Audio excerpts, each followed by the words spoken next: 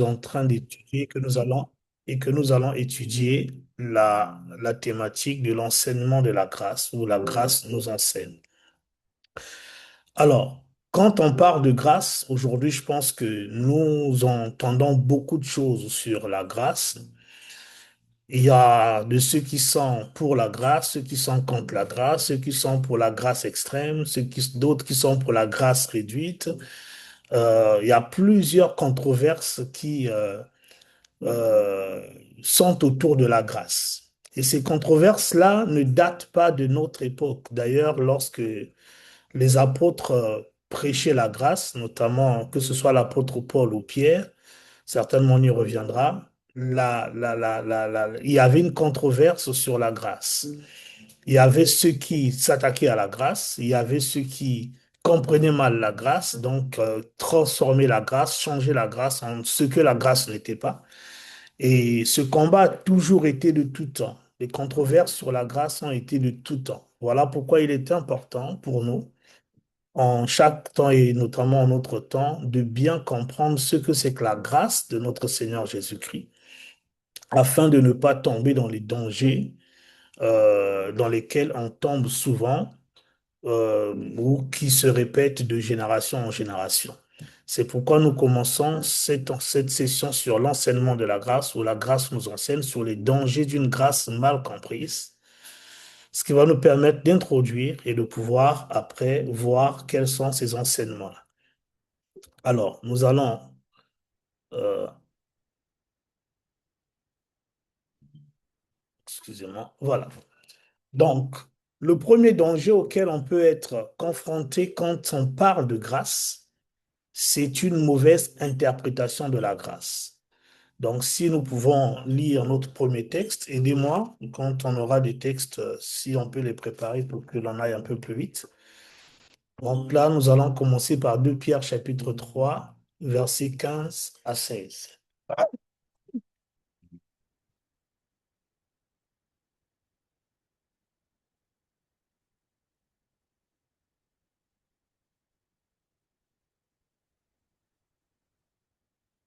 2 Pierre chapitre 3, versets 15 à 16.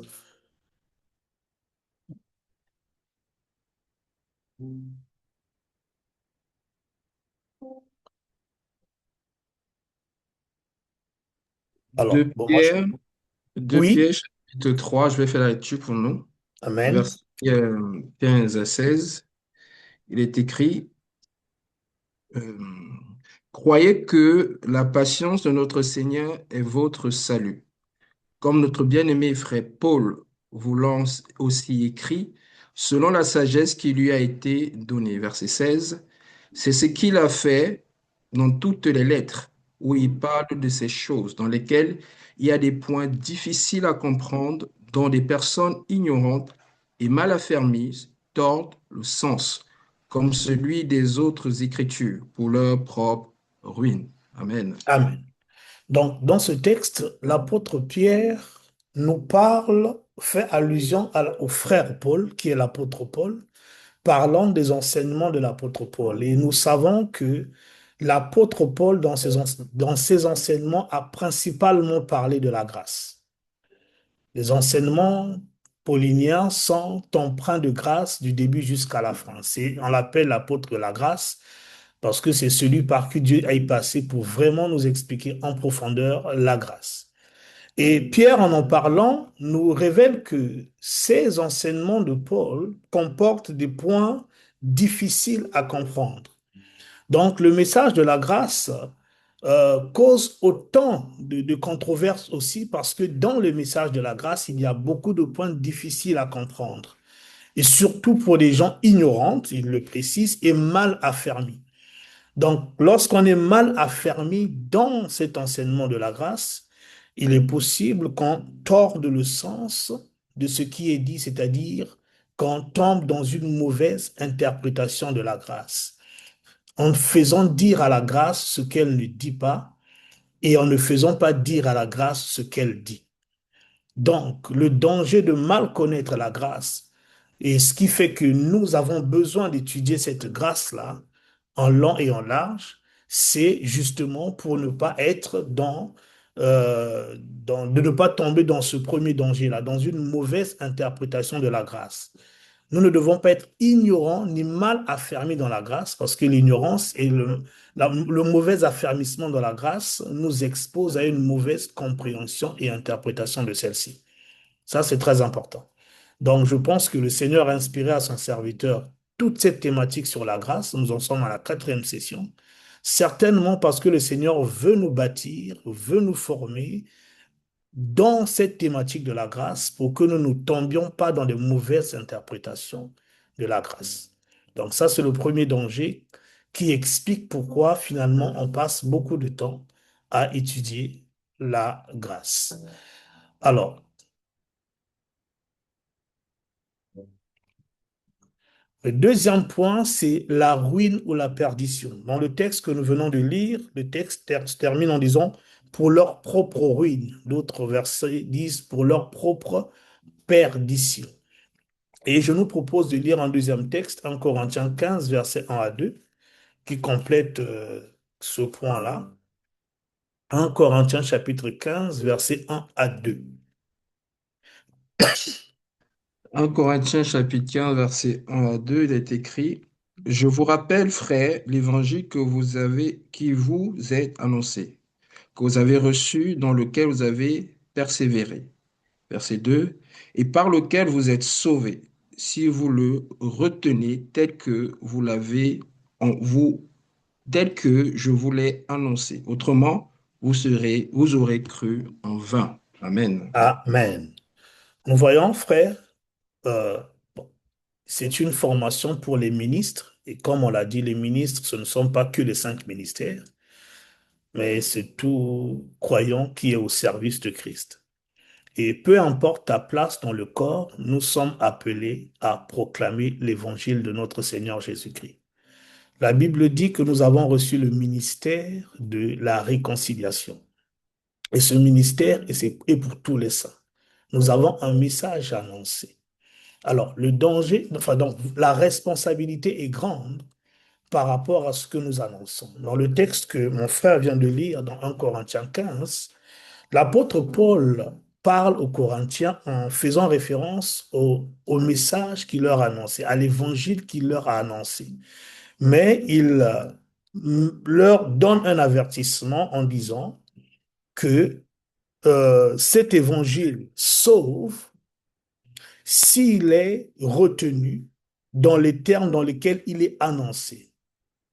Autrement, c'est-à-dire que si la foi qu'on place dans l'évangile n'est pas placée dans l'évangile tel que l'apôtre et donc les autres apôtres l'ont annoncé, il est possible que l'on bâtisse une grande foi dans la vie des gens sans que ces gens-là ne soient réellement sauvés. La responsabilité est grande. Dans ce même texte, un peu plus loin, euh, on va pas le lire, mais vous pourrez le lire plus tard. Lorsqu'il commence ainsi, il précise ce que c'est que l'évangile et après, il va parler du point de la résurrection parce qu'en ce temps-là, il y avait des gens qui ne croyaient pas en la résurrection. Et donc, l'apôtre Paul était en train de leur dire, écoutez, si l'évangile que nous vous avez annoncé, si vous croyez en un évangile qui exclut, qui accepte tout sauf la résurrection, quelle que soit votre foi dans cet évangile-là, même si elle est grande jusqu'à dépasser les montagnes, cette foi-là est vaine au regard du salut. Donc, il se pourrait que vous ayez reçu un évangile qui ne vous emmènera jamais au ciel. Pourquoi? Parce que simplement, vous avez cru en un évangile qui n'est pas celui que nous avons prêché. Il en est de même pour la grâce, puisque l'évangile dont nous parlons, c'est un évangile de grâce. Donc, lorsque nous avons une mauvaise interprétation de la grâce, cela va conduire à une mauvaise proclamation de celle-ci. Et cette mauvaise proclamation va forcément conduire à une mauvaise foi. Une foi vaine, c'est-à-dire qui ne sauve pas. On pourra prêcher un évangile dilué. On pourra prêcher une grâce qui n'est pas celle que Dieu a donnée par les apôtres. Les gens pourront croire en cette grâce sans que cette grâce ne les sauve, parce que ce n'est pas la bonne. parce que nous n'avons pas bien compris la grâce qu'il fallait prêcher et qu'on aura prêché une grâce qui n'est pas celle du Seigneur Jésus-Christ. Donc ça, c'est un deuxième danger. La ruine ou la perdition finalement de ceux qui nous entendent parler, prêcher la grâce. D'où il est important d'être vraiment affermi dans la grâce. Le troisième point, c'est la persévérance dans le péché. Nous lisons Romains chapitre 5, du verset 20 au chapitre 6, verset 1. Le verset 14 et 15, vous pourrez le lire plus tard. Romains chapitre 5, verset 20 au chapitre 6, verset 1.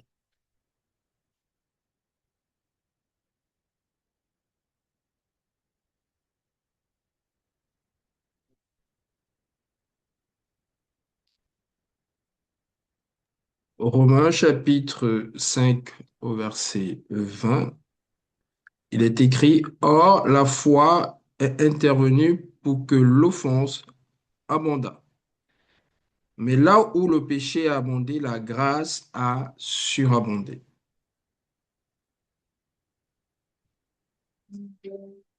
Et Jusqu'au verset chapitre 6, verset 1. Jusqu'au verset 1 du d'accord, chapitre 6. Oui. verset 6, chapitre 6, verset 1. Que dirons-nous donc? Demeurions-nous dans le péché, afin que la grâce abonde? Très bien, merci.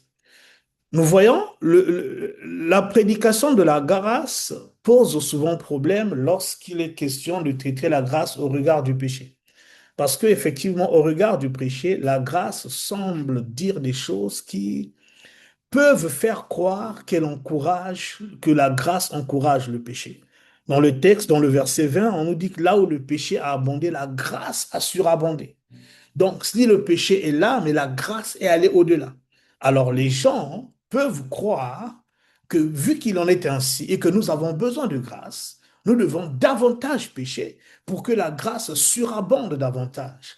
Ça, c'est une compréhension que l'apôtre Paul anticipe dans ce texte et que nous rencontrons aussi aujourd'hui. Parce que le sang de Jésus a coulé, je peux pécher comme je veux, le sang me lavera toujours. Et ça, c'est un autre danger. Quand la grâce n'est pas bien comprise, l'on peut encourager, elle peut sembler, du moins les prédicateurs d'une telle grâce peuvent encourager une vie de péché, sans le vouloir forcément. D'où il est important de vraiment s'asseoir et de se dire qu'est-ce que la grâce et qu'est-ce que la grâce nous enseigne. Parce que si nous nous arrêtons au verset 20, c'est la Bible aussi, hein. Là où le péché a abondé, la grâce a surabondé, c'est la Bible.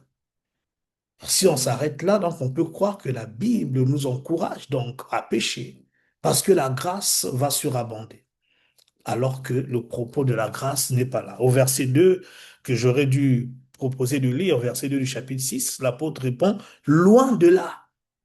Ça veut dire que ce n'est pas cela, l'enseignement de la grâce. Ça n'a rien à voir. Ce n'est pas ce que je veux dire dans le fait que lorsque le péché a abondé, la grâce a surabondé. Et une dernière chose, un dernier danger, c'est une mauvaise compréhension de la grâce peut aussi faire de nous des proies des faux docteurs qui s'églissent dans l'Église. Jude 1, chapitre 4 parle, on peut ne pas le lire cela pour gagner du temps, mais vous pouvez noter les références, parle des faux docteurs qui se sont glissés dans l'Église. Le terme glisser sous-entend qu'ils ne sont pas venus comme de faux docteurs. Hein, ça fait penser à ce que le Seigneur disait des loups déguisés en brebis, ou bien voilà, des loups déguisés en brebis. En brebis.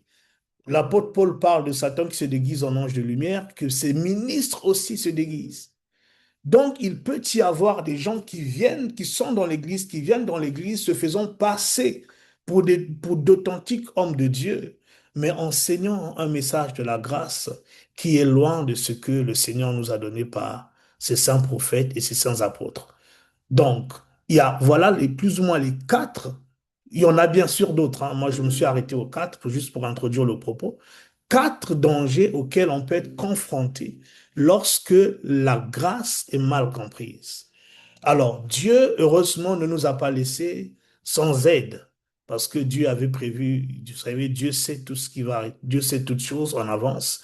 Donc, il a prévu qu'il y ait, euh, bon, là, si je disais simplement, s'il a une grâce véritable, c'est qu'il en existe aussi une fausse. C'est ce que nous lisons dans 1 Pierre chapitre 5, verset 12. Je vous laisserai le lire. Et Dieu a mis des garde-fous, justement, pour nous protéger. Autour de la grâce, autour du message de la grâce, Dieu a mis des garde-fous qui nous permettent aussi d'authentifier l'authentique grâce. Dans le verset de 1 Pierre 5, 12 que nous n'avons pas lu, l'apôtre Pierre parle là-bas de la véritable grâce. Il leur dit, vous attachez-vous à la grâce que vous avez reçue par nous et à laquelle vous êtes attachés, est la véritable grâce. S'il y a une véritable grâce, c'est qu'il y a une fausse grâce. Il y a une grâce illusoire. Il y a une grâce qui se répandait dans l'Église.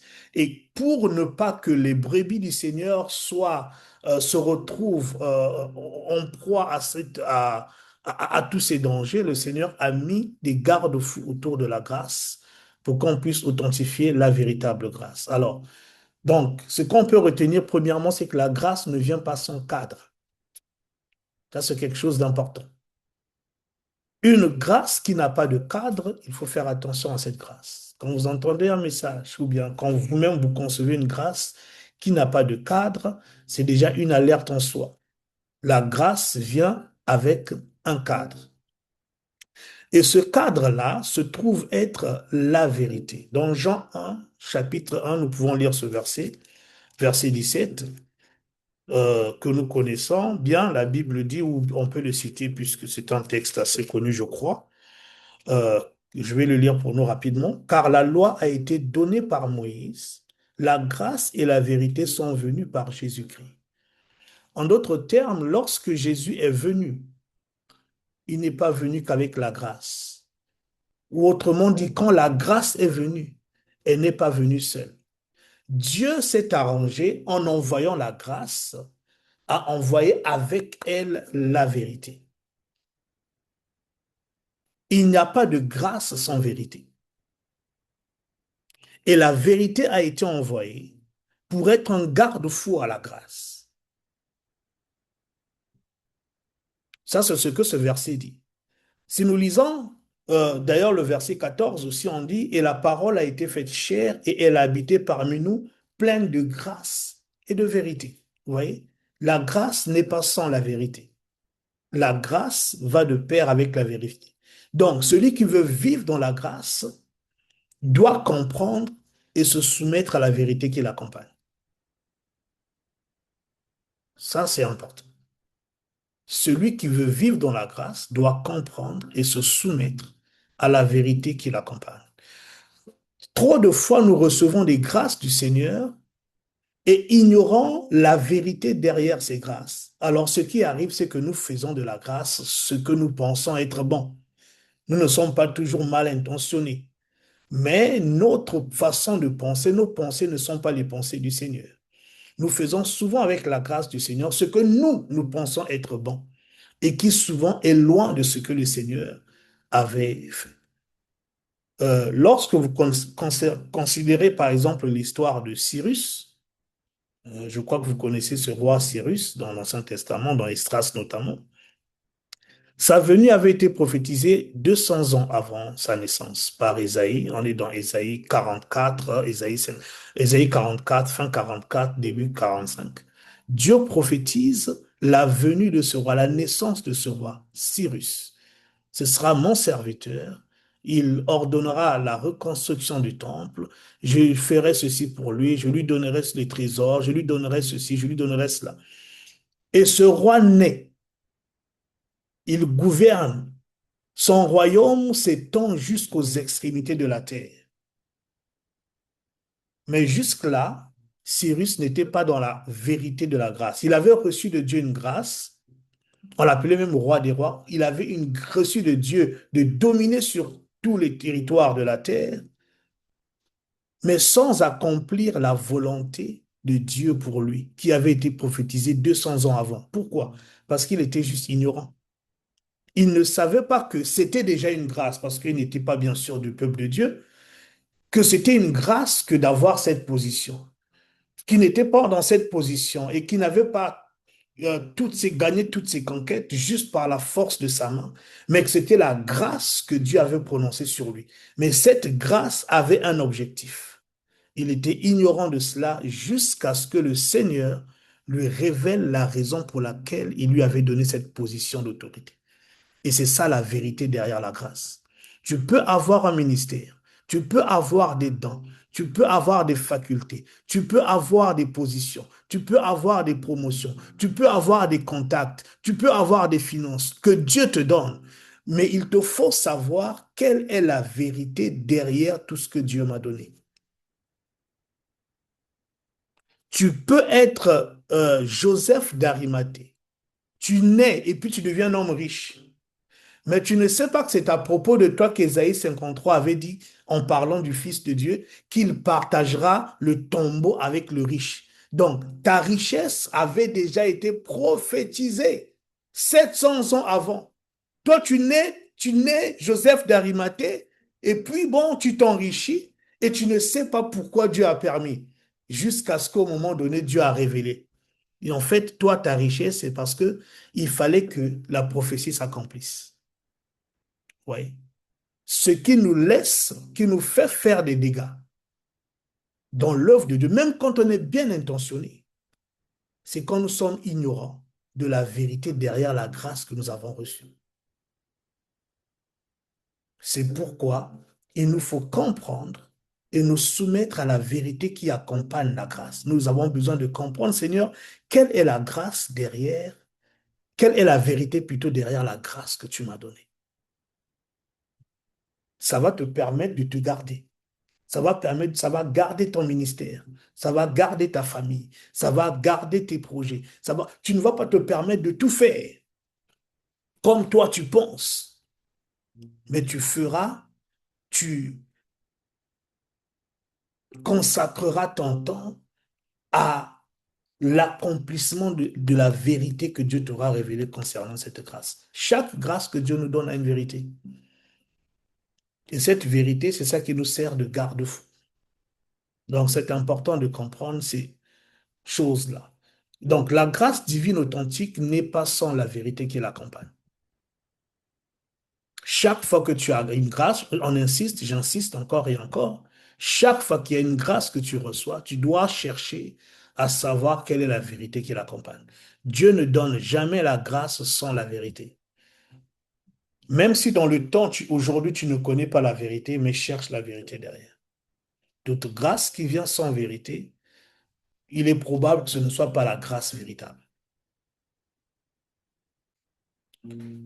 Et la vraie grâce se distingue aussi de la fausse par son enseignement, ce qu'elle enseigne. C'est ce que nous allons étudier aujourd'hui. Mais avant de parler de ça, bon, le texte de base, je vais le donner, mais la première partie va nous permettre de parler juste un peu de l'identité de la grâce, faire quelques ajouts. Nous allons parler de l'enseignement de la grâce. Donc, nous sommes dans Tite chapitre 2, verset 11 à 14. Quelqu'un peut nous aider à lire. Ce sera notre texte de base, même si nous allons un peu euh, patrouiller un peu toute la Bible, scruter toute la Bible, mais ce sera notre texte de base. Tite chapitre 2, verset 11 à 14.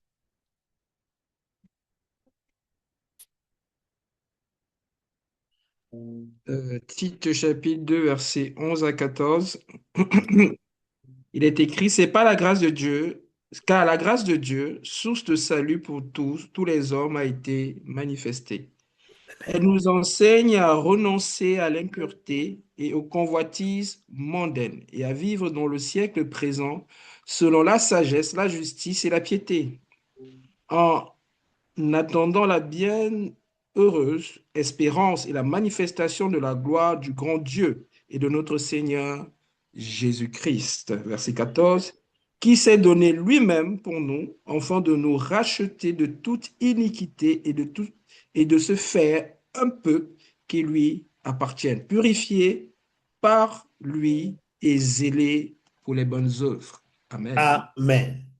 Alors, le texte s'ouvre en nous précisant un peu l'identité de la grâce avant de nous parler au verset 12 de l'enseignement de la grâce. Au verset 11, c'est un peu l'identité de la grâce qui nous est proposée. On dit, car la grâce de Dieu, source de salut pour tous les hommes, a été manifestée. On nous présente d'abord la grâce avant de nous parler de son enseignement. Alors, qu'est-ce que la grâce? La première chose qu'on peut retenir de ce texte, c'est que la grâce est une source. Et c'est un point important. Une source, c'est quoi? Quand on parle de source, on parle d'origine.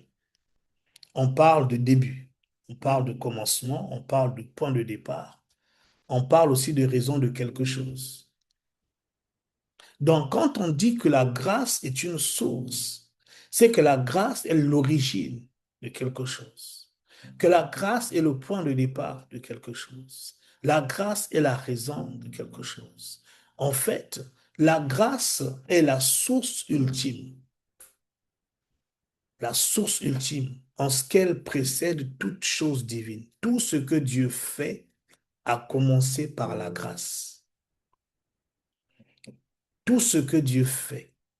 Donc, tout ce que nous pouvons voir de Dieu, tout ce que nous pouvons recevoir de Dieu en ce qui concerne ses œuvres, trouve sa source dans les choses, dans la grâce. D'abord la grâce et ensuite le reste. Dans Éphésiens 1, verset 4, nous n'allons pas les lire, je vais les citer pour gagner du temps sur certains passages. Éphésiens 1, verset 4 nous parle, c'est le texte qui dit, en lui, Dieu nous a élus avant la fondation du monde. Donc là, on parle de début. On parle même d'avant la fondation du monde. Au commencement des œuvres de Dieu, nous concernant, Dieu nous a élus. L'élection, quand vous connaissez un peu techniquement, c'est, on va dire, la première œuvre de Dieu en faveur de l'homme. Parce que nous avons d'abord la préscience de Dieu, il nous a connus d'avance. Et parce qu'il nous a connus d'avance, s'ensuit l'élection. Et après, la prédestination et l'appel et tout le reste. Donc, c'est un peu comme la première œuvre de Dieu. Il nous a connus d'avance avant de pouvoir nous prédestiner, il nous a élus plutôt d'avance avant la fondation. Donc, c'est un peu la première œuvre, c'est le début. Quand Dieu veut commencer une histoire avec nous, il commence par l'élection. Il commence par nous choisir. C'est ça l'élection. Dieu nous choisit. Mais sur quels critères Dieu nous choisit-il? C'est Romains 11, 5, 6 qui nous explique que l'élection dont il est question, c'est une élection de grâce ou de la grâce. Donc, au commencement de l'œuvre de Dieu, c'est la grâce. C'est la grâce c'est la grâce qui va pousser Dieu à nous choisir, nous. Et on nous précise que ce n'est pas par les œuvres. En d'autres termes, la grâce agit indépendamment de nos œuvres. La grâce agit indépendamment de qui nous sommes. La grâce agit indépendamment de notre ordre d'arrivée dans le monde. Quand parlons de Jacob et d'Ésaü, Dieu n'a pas regardé à qui allait venir en premier. Le droit d'aînesse n'a rien à voir avec la grâce. La grâce ne regarde pas le droit d'aînesse. C'est pourquoi dans une famille, Dieu peut choisir l'aîné, tout comme il peut choisir le dernier de la famille, tout comme il peut choisir quelqu'un qui est entre les deux. C'est Dieu qui choisit. Ce n'est pas je suis né avant, je suis arrivé dans le ministère avant, j'ai fait telle chose avant, j'ai connu telle chose avant. Non, tout commence par la grâce et tout est grâce.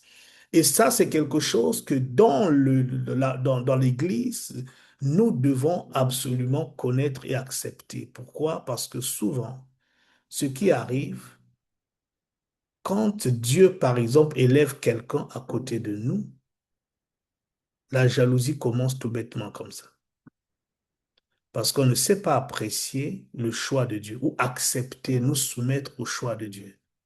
Nous ne comprenons pas que Dieu n'agit pas en fonction de ce que nous avons fait ou de ce que nous sommes, mais selon l'élection de sa grâce. C'est dans sa grâce qu'il choisit qui sera quoi, qui sera où, qui sera comment, qui sera quand et qui ne sera pas quand.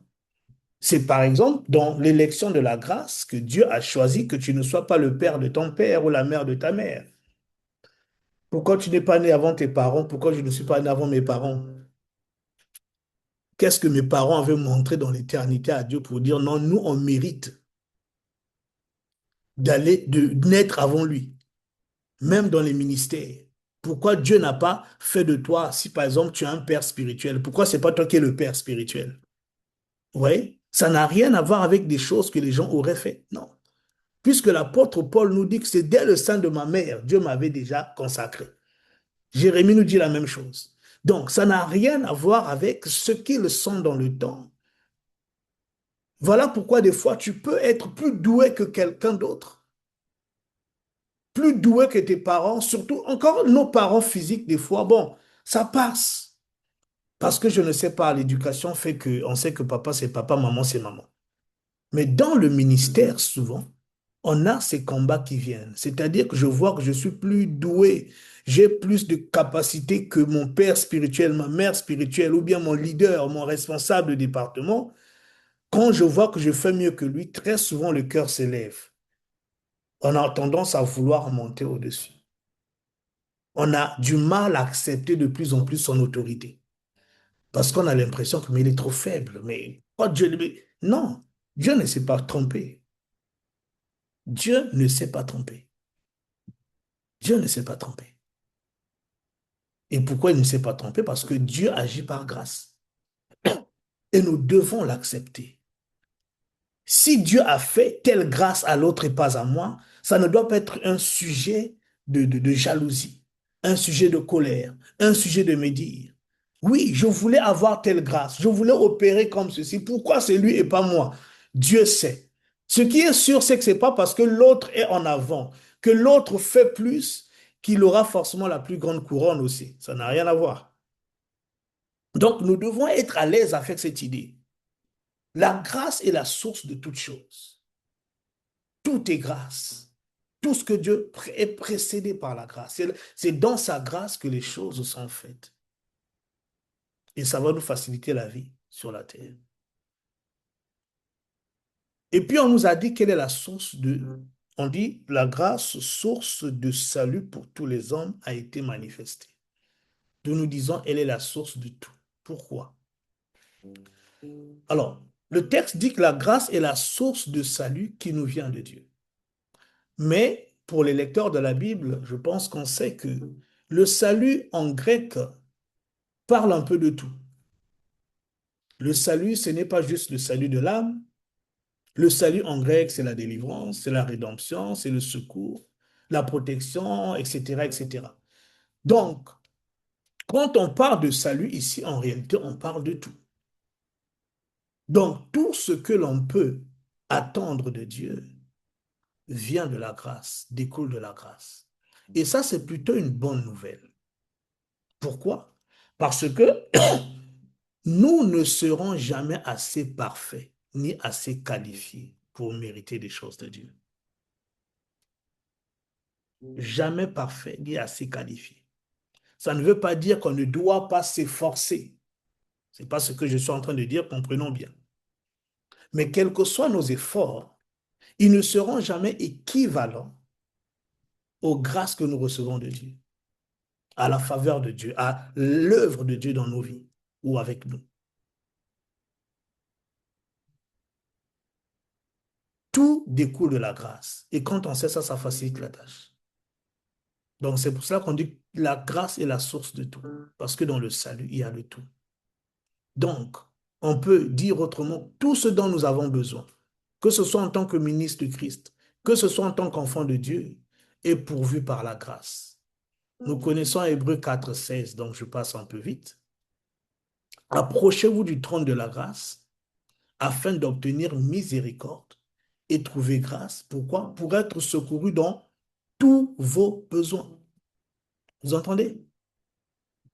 Tous nos besoins sont pourvus lorsque nous obtenons de Dieu miséricorde et grâce. Pourquoi les deux? La miséricorde traite généralement le côté négatif des choses, c'est-à-dire ce qui nous empêche de mériter quoi que ce soit de Dieu. La Bible dit, tous ont péché et sont privés de la gloire de Dieu. À cause du péché, à cause de nos manquements, à cause de nos faiblesses, en fait, nous sommes disqualifiés de recevoir quoi que ce soit de Dieu. Il y a comme un jugement qui dit, pas droit. Et c'est là où la miséricorde vient, parce que la Bible dit que la miséricorde triomphe du jugement. Donc, la miséricorde est là pour parler et pour dire à Dieu, ce n'est pas une question de mérite, mais le jugement doit être suspendu parce que moi, j'ai déjà payé. En gros, c'est ça. Une fois ce qui nous empêche d'être secourus, ce qui nous empêche de recevoir de Dieu est ôté, la grâce maintenant qui est source de tout va maintenant pourvoir. Et à quoi on dit? À tous nos besoins. Alors, c'est important de comprendre ça encore une fois, en tant que ministre de Christ, en tant qu'enfant de Dieu, pour apprendre à nous appuyer et à compter sur la grâce du Seigneur, entièrement sur la grâce de Dieu. Quoi que tu fasses, quoi que tu sois capable de faire, tu vas devoir apprendre à compter sur la grâce de Dieu. Parce que le danger est très grand. Quand tu es capable de faire les choses, vous verrez d'ailleurs par expérience, je pense que vous avez déjà remarqué cela. Quand vous êtes capable par vous-même de faire des choses, est-ce que vraiment vous comptez sur la grâce de Dieu? Est-ce que nous le... Non, parce qu'on se dit, je peux le faire. Dieu m'a appris cela par une expérience. Quand Dieu m'a appelé au ministère, j'ai passé 3 ans d'épreuve, 3 ans de sécheresse financière, 3 ans, je ne vais pas rentrer dans les détails, mais à la fin de ces 3 ans, en fait, il m'a dit, je t'ai laissé passer par là parce que je voulais que tu apprennes à compter sur moi. Bon, pour donner un petit témoignage tout court, c'était 3 ans où je n'avais aucune ressource, mais j'avais une femme et un enfant à nourrir. Et le deuxième est d'ailleurs venu dans cette épreuve-là. Mais je peux vous dire que pendant 7 mois, où les vannes avaient été fermées de manière naturelle, quand on dit que la manne tombait chaque jour dans le désert, c'est quelque chose que j'ai vécu. C'est-à-dire que pendant les 7 mois d'abord, avant les 3 ans, on va même dire, parce qu'après, pendant les 3 ans, il y a eu quand même quelque chose qui s'est débloqué, même si ce n'était pas le tout. Mais il y a eu 7 mois où ni moi ni mon épouse n'avaient aucune ressource, aucune entrée, rien du tout. Mais je peux vous dire que pendant tout ce temps, on n'avait jamais été obligé de jeûner obligatoirement parce qu'il n'y avait rien à manger, ni pour nous, ni pour les enfants.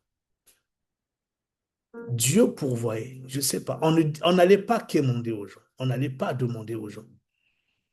On ne disait même pas aux gens que non, on n'a plus rien à manger. Même à mon pasteur, je ne disais pas. Mais Dieu s'arrangeait.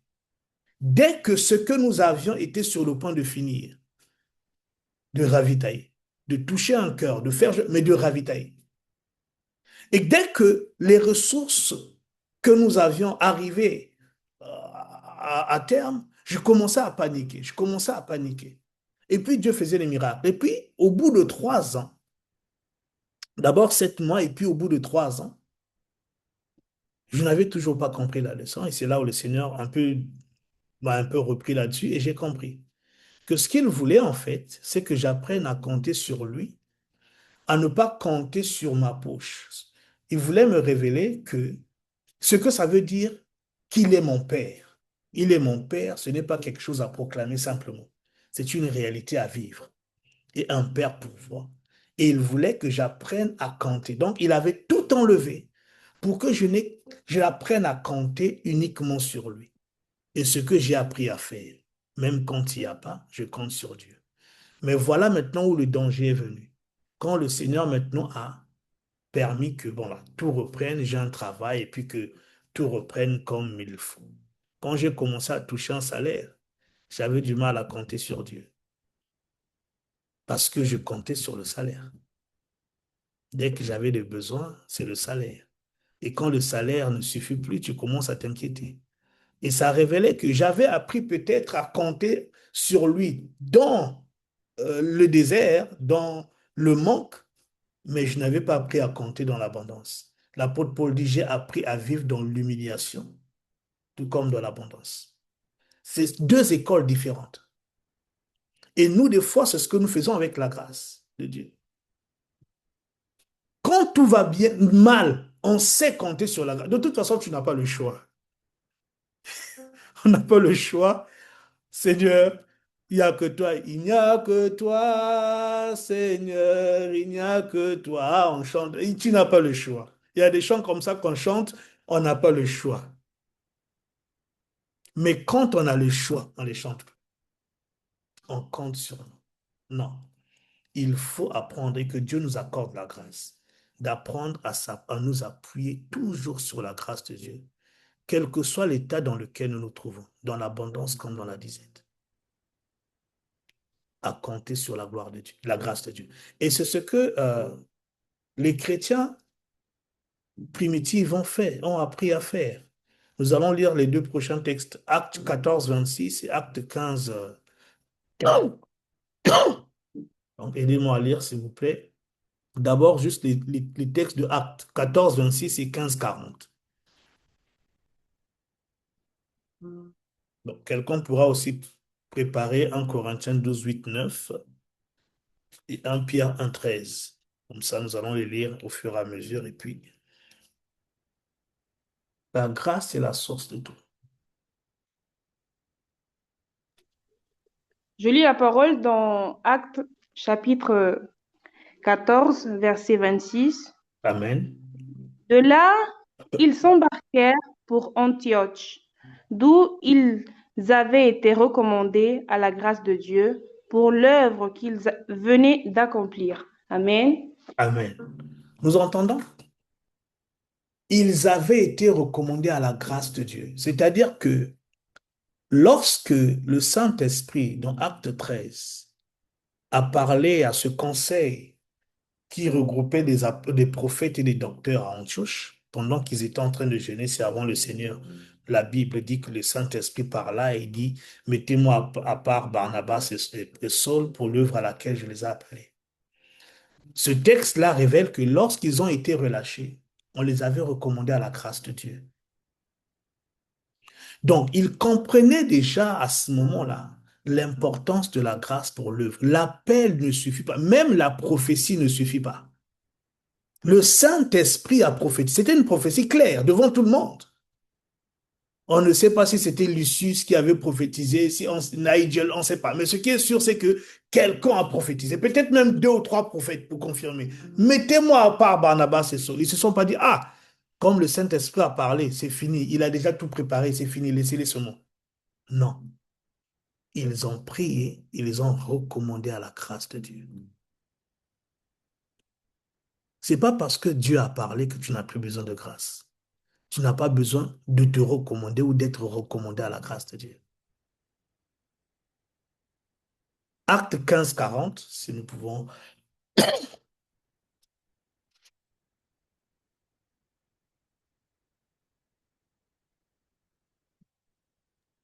Acte 15 40, je vais vite fait. Paul fit le choix de Silas et partit recommandé par les frères à la grâce du Seigneur. Amen. Amen. Nous voyons, la même pratique revient. Il partit recommandé à la grâce du Seigneur. C'était comme une pratique courante dans l'Église primitive. Ils avaient, excusez-moi, je suis en train d'admettre les gens, donc, ok. Ils avaient compris, ces Après, gens-là avaient compris. tu peux me laisser faire comme ça, tu te concentres sur... D'accord, très bien. Alors, juste, je sais même plus comment j'enlève ça, parce que du coup, je vois plus mon écran. Ah oui, si, c'est bon. Ça, je peux effacer. Non, non, du coup, je suis allé trop loin. Alors, on en était ici, voilà. Ok, tu peux prendre la main, c'est bon? Oui, c'est bon. Très bien, merci. Donc, on voit que c'était une pratique courante. Dès qu'il fallait envoyer des gens en mission, l'onction ne suffisait pas. Nous cherchons l'onction, et puis dès qu'on a l'onction, on croit que c'est suffisant. Ces textes ne montrent pas qu'ils cherchaient l'onction. Ces textes montrent qu'ils cherchaient la grâce.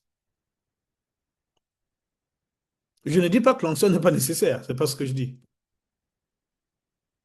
Mais trouvez-moi un texte dans la Bible où les apôtres ont prié pour l'onction. Moi, j'en ai peut-être que vous avez déjà trouvé, moi, je n'en ai jamais trouvé. Explicite, oui, Seigneur, donne-nous l'onction comme nous on fait. Mais par contre, ils comprenaient une chose. Bien sûr, l'onction elle était nécessaire. Mais ce qui est explicite, c'est que les gars cherchaient la grâce. Et lorsque l'apôtre Paul s'est retrouvé dans un problème où il y avait un ange de Satan pour le souffléter, je ne suis même pas sûr qu'il ait compris ça dès le départ, que c'était Dieu qui avait permis. Il a dit qu'il a prié jusqu'à 3 fois. Ça, c'est le texte suivant, 1 Corinthiens 12, 8, 9. Il a prié jusqu'à 3 fois pour que Dieu l'en délivre, que Dieu éloigne cet ange. Si quelqu'un prie, ça veut dire qu'il n'est pas conscient que c'est Dieu qui permet. Il le voit comme une adversité. Il a prié pas une fois, pas 2 fois, pas 3 fois, pas 2 fois, mais 3 fois. Et il s'est arrêté à 3 parce que Dieu a répondu. Mais au lieu que Dieu lui dise, je t'ai entendu, je t'ai écouté, je vais écarter cet ange-là, de Satan qui te soufflette là, moi, je vais plutôt te dire, ma grâce te suffit. Ça, c'est quelle réponse? J'ai un ange, j'ai une difficulté. Et toi, tu me dis, ma grâce te suffit. Pourquoi? Dieu explique. Il dit, car ma puissance s'accomplit dans la faiblesse. En d'autres termes, il y a un lien entre la grâce et la puissance. Ce que nous appelons l'onction. On a dit que la grâce est source de tout, y compris de l'onction, y compris de la puissance. Et ce texte-là nous montre. L'apôtre Paul a quelque chose. Il a une difficulté. Il se tourne vers Dieu. Dieu ne lui dit pas, je te donne la puissance, je te donne l'autorité. Il dit, je te donne ma grâce te suffit. Satisfais-toi de ma grâce. Parce que, en gros, c'est de la grâce que découle même la puissance.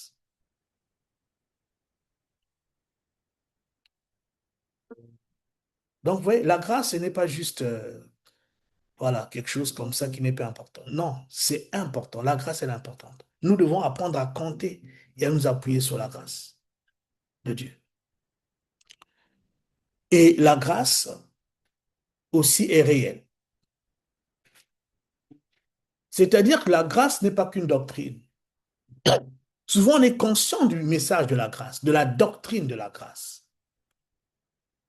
Mais ce n'est pas qu'une doctrine, ce n'est pas qu'un principe. La grâce est aussi réelle. On a dit dans le texte que euh, la grâce de Dieu a été manifestée. En grec, le terme là veut aussi dire se montrer. Or, une doctrine ne se manifeste pas. Une doctrine enseigne, s'enseigne plutôt. C'est des mots, ce sont des mots. C'est une compréhension. Mais là, on dit que la grâce a été manifestée. Ça veut dire qu'il y a une réalité de la grâce qui va au-delà de la doctrine. La grâce est une réalité manifeste, vivante et agissante dans l'homme, dans le croyant, dans le chrétien, même dans le pécheur qui croit, qui reçoit la bonne nouvelle. La grâce œuvre. Pourquoi la grâce œuvre? Parce qu'en réalité, la grâce est une personne. Jésus-Christ est la personnification même de la grâce. Les prophètes ont prophétisé touchant la grâce, la Bible dit. Mais quel était le contenu de ce message-là? Christ crucifié, Christ glorifié. Donc, quand on dit que les prophètes ont prophétisé touchant la grâce, dans ce texte-là, la grâce n'est pas la doctrine. C'était la personne de Christ et ce qu'elle devait faire, ce qu'elle devait souffrir pour l'humanité et ce qu'elle devait faire pour le salut et la rédemption et la victoire de l'homme. La grâce est une personne. C'est pour cela que la grâce peut enseigner. Si on dit la grâce enseigne, ça veut dire que la grâce est une réalité vivante, mais c'est une personne même, une réalité consciente, donc une personne qui enseigne. C'est parce que la grâce est une personne, c'est la personne de Jésus-Christ. Donc, elle peut enseigner. Et c'est là où maintenant c'est intéressant de regarder quel est l'enseignement de la grâce. Le verset 12, 13, 14, je vais le relire rapidement, dit, elle nous enseigne. Maintenant, il commence à nous présenter l'enseignement de la grâce. Qu'est-ce que nous enseigne? Un, à renoncer à l'impiété et au convoitise mondaine. Deux, à vivre dans le siècle présent selon la sagesse, la justice et la piété. Trois, en attendant la bienheureuse espérance et la manifestation de la gloire de notre grand Dieu et Sauveur Jésus-Christ. Il s'est donné lui-même pour nous afin de nous racheter de toute iniquité et de se faire un peuple qui lui appartienne, purifié par lui et zélé pour les bonnes œuvres. Il y a ici trois grands enseignements majeurs de la grâce. Ce sont les trois grands enseignements majeurs de la grâce. Tous les autres enseignements, on les place à l'intérieur. À la fin, on prendra un cas biblique pour terminer. Vous verrez que la grâce a enseigné ces choses à ce peuple-là. Parce qu'il y a trois grands enseignements majeurs de la grâce. Le premier enseignement est un enseignement qui est lié à notre passé en Adam. Renoncer, cette partie de renoncer, c'est le côté un peu négatif. Le second enseignement de la grâce est lié à notre vie actuelle en Christ, à vivre dans le siècle présent, donc en tant que nouvelle création, comment nous devons vivre. Et après, un autre enseignement de la grâce qui concerne notre futur en Christ, qui est la bienheureuse espérance. Ce sont ces trois enseignements que nous allons rapidement regarder. Le premier enseignement, donc, c'est l'enseignement finalement de mourir à soi. Et c'est ça l'enseignement qui distingue la foi chrétienne de toute autre foi. Mourir à soi. C'est le message de la croix en gros. Vous prenez la Bible, vous enlevez la croix, le christianisme tombe, la foi chrétienne tombe. Donc, si vous lisez la Bible et vous ne trouvez dans la Bible que des choses qui n'ont rien à voir avec la croix de Jésus, vous allez trouver de belles choses. Mais ce ne sera plus la foi chrétienne. La foi chrétienne commence par mourir à soi. Nous nous rappelons de ce que le Seigneur Jésus a dit quand il parle des disciples. Est-ce que nous savons, nous nous rappelons, je pense, la première condition d'un disciple. Si quelqu'un veut être mon disciple, qu'il renonce à lui-même. Voilà la première condition. Alors, si nous nous analysons tels que nous sommes là, sans jugement, mais c'est bon de nous éprouver. L'apôtre Paul, dans 2 Corinthiens chapitre 13, verset 5, dit, éprouvez-vous vous-même et voyez si vous êtes dans la foi. Donc, bien aimé, dans la foi chrétienne, il est bon de s'éprouver. Il y a des moments où tu dois t'asseoir, toi-même tu t'analyses. Tu prends la Bible, tu prends la parole de Dieu, tu écoutes l'Esprit. Qu'est-ce que tu penses? Ne pas soi-même se dire que oh, nous ne sommes pas notre propre juge. Pas dans le but de se condamner, dans le but de savoir si nous sommes toujours sur le droit chemin, par exemple, et s'il y a des choses à amender, s'il y a des choses que le Seigneur a à nous reprocher. C'est important. Jésus dit, celui qui veut être mon disciple, qui renonce à lui-même. Je peux m'asseoir et me poser la question, est-ce que vraiment je peux dire que j'ai renoncé à moi? Ça, c'est une bonne chose à faire. Est-ce que je peux dire que j'ai renoncé à moi? Ça, c'est le premier enseignement. La grâce authentique, lorsque tu reçois la grâce, on l'a dit tout à l'heure, elle ne va pas te conforter dans le péché, mais elle va t'emmener, t'enseigner à renoncer à toi-même. Ça, c'est le premier enseignement de la grâce. Une grâce qui ne commence pas par là. Et une fausse grâce. Hébreux 6, verset 1, est-ce qu'on peut le lire? Nous le dit. Que c'est l'une des premières œuvres de la grâce, sinon la première œuvre de la grâce. Le renoncement à soi ou aux œuvres mortes. Hébreux chapitre 6, nous pouvons lire, s'il vous plaît. La parole nous dit dans Hébreux chapitre 6, verset 1, c'est pourquoi, laissant les éléments de la parole de Christ, tendant à ce qui est parfait, sans poser de nouveau le fondement du renoncement aux œuvres mortes. Très bien. Amen. Amen. On cite d'autres fondements, mais le premier fondement qu'on cite, c'est le renoncement aux œuvres mortes. Et quand la grâce vient, elle va commencer à t'enseigner cela. Elle va commencer à m'enseigner cela. C'est l'une des premières, sinon la première œuvre de la grâce. Enseignement de la grâce.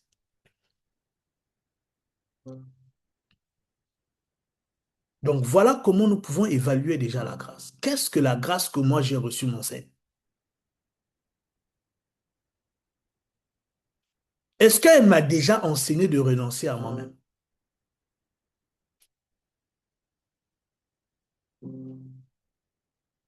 Et ce renoncement-là, il est question de renoncer à quoi? À l'impiété et au convoitise mondaine. Quand la grâce vient, elle va te dire, tu n'es pas attaché, assez attaché à la parole de Dieu. Non pas comme t'accusant, mais comme révélant quelque chose qui ne va pas en toi. Il te dira, la grâce t'enseignera que il y a un problème avec la parole de Dieu, avec ta vie de prière. Parce que la piété, on peut le résumer comme étant l'attachement à Dieu. Donc quand la grâce vient, elle va te pousser à renoncer. Ah, mais moi, j'aime pas aller à l'église, je vais à l'église quand je veux à l'église. Si c'est la grâce, elle te dira non. Oui, il peut arriver que tu manques de culte. Oui, ça peut arriver. Mais la grâce ne peut pas te mettre dans un système où tu vas à l'église comme tu veux, où tu ne vas que les dimanches, où tu ne vas que quand c'est les programmes spéciaux. Non. La grâce te dira, lève-toi, va à la maison de Dieu. Lève-toi, va écouter la parole de Dieu. Lève-toi, va prier avec les autres. Lève-toi, va dans la communion des frères. La grâce t'emmènera toujours. C'est pour cela que dans Hébreu, la Bible dit de ne pas abandonner nos assemblées. C'est la grâce qui nous enseigne ça. Lorsque la grâce est en train de t'enseigner, elle te poussera à tout ce qui t'attache à Dieu. Quand même tu fais trop de Netflix, Prime et tout ça là, la grâce te dira là, tu abuses maintenant. Coupe un peu. Jeûne. Oui. Après, quitte à toi d'accepter, à toi et à moi d'accepter ou de ne pas accepter. Mais tu sentiras quelque chose qui te dira là, tu abuses un peu trop avec Apple TV là. Tu abuses un peu trop avec Facebook, tu abuses un peu trop avec... hein, dès que tu es dans le bus, dès que tu es dans la voiture, Facebook, Instagram, Snapchat, TikTok. Combien de temps tu as pris avec ma parole, avec moi aujourd'hui? La grâce te,